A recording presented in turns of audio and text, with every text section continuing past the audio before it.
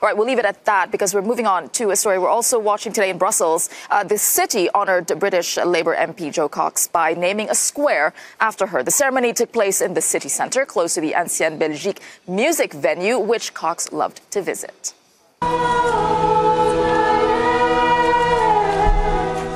Many friends and colleagues gathered to remember the politician. The mayor called her love of Brussels remarkable. Cox worked at Parliament as an assistant to an MEP, and she was murdered in 2016 in June by a far-right extremist in the midst of the Brexit campaign. All right, Maeve, you had gone to that event today. Can you tell us what that was like? What was the mood and? Absolutely. Well, I was the first reporter there this morning at 7 on Good Morning Europe on Euronews, and then I was the last one to leave at 3. So I saw it all. I saw how it started. I saw how the square this morning was just an old kind of abandoned square, if you like, just hidden behind Ancienne Belgique, the very popular music venue. But by 1 p.m, it was full of people. Almost a little bit like a Labour Party conference, in fact, because a lot of them had come over, including Jeremy Corbyn.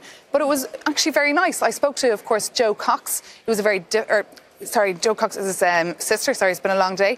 And it's a very difficult day for her and for her parents, of course. But she was really happy that it was the friends of Jo Cox who came up with this idea to put this square in her honour in Brussels. All right, let's take a look at that clip that you did for us today.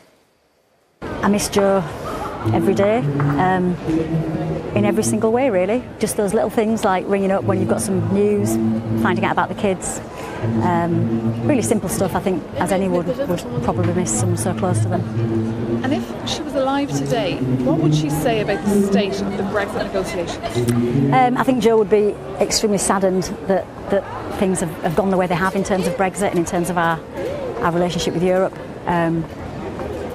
But equally, she would never give up hope, and she would want to keep working towards a solution as much as we possibly can. And what would she think about the disunity in Europe? Jo would be extremely sad. Jo had many identities. She was a proud Yorkshire lass. She was from Yorkshire in England. She would consider herself a proud inhabitant of Great Britain, but she would have considered herself a strong European as well. And I think she'd be extremely sad that identity potentially is been fractured. And what will this mean, having a plaque here in the city centre of Brussels in her honour, the Jo Cox plaque?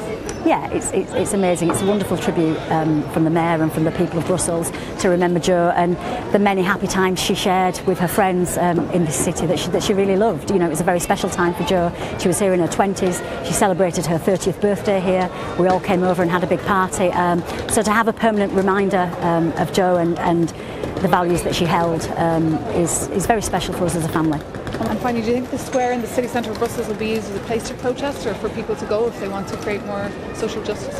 I hope that Jo's Square will be used as a place to create happy memories. I hope it'll be used as a place where people come and reflect on things and remember Jo and the values that she held. And come together in a positive way. It'd be really lovely to think of lots of very happy memories being created.